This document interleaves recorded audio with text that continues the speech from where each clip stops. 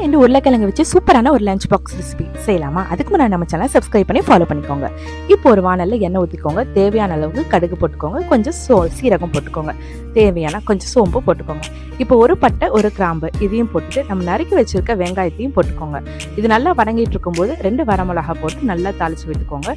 இப்போ நம்ம குட்டி குட்டியாக நறுக்கி வச்சிருக்க உருளைக்கிழங்கையும் இதிலே போட்டுக்கோங்க. உருளைக்கிழங்குக்கு தேவையான உப்பையும் போட்டு நல்லா வதக்கிக்கோங்க. இது நல்லா 2 நிமிஷம் வதங்கட்டும். இது வதங்கினதுக்கு பின்னாடி தேவையான அளவுக்கு கொஞ்சமாக தண்ணி ஊற்றிக்கோங்க. அப்போதான் காய் வேகும். ஸோ காய் வேகிறதுக்கு ஊற்றி வச்சுட்டு 2 நிமிஷம் மூடி வைங்க. நல்லா காய் அப்பப்போ கிண்டி விடுங்க. இது நல்லா வெந்ததுக்கு பிறகு நசுக்கி விட்டிங்கன்னா இப்படி வடைஞ்சு வரணும். அந்த மாதிரி வந்ததுக்கு பின்னாடி ஒரு 2 ஸ்பூன் கரம் மசாலா, மஞ்சள்தூள் 1/2 ஸ்பூன், கொத்தமல்லி தூள் 1 ஸ்பூன், மிளகாய்த்தூள் 1/2 ஸ்பூன், இது எல்லாத்தையும் போட்டு நல்லா மிக்ஸ் பண்ணிக்கோங்க. 2 மிக்ஸ் பண்ணி பச்சை வாசம் போன அப்புறம் நல்லா கிண்டதுக்கு அப்புறமேட்டு நம்ம தேவையான சூடான சாதத்தை இதிலே போட்டுக்கோங்க.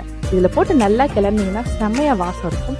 ஸோ இதை நீங்கள் லஞ்ச் பாக்ஸ்க்கு கொடுத்து விடலாம். ஈஸியாகவும் செஞ்சிடலாம். இதோட டேஸ்ட்டு செம்மையாக இருக்கும். கண்டிப்பாக ட்ரை பண்ணி பாருங்கள். இது போல வீடியோக்கு நம்ம சேனலை சப்ஸ்கிரைப் பண்ணி ஃபாலோ பண்ணி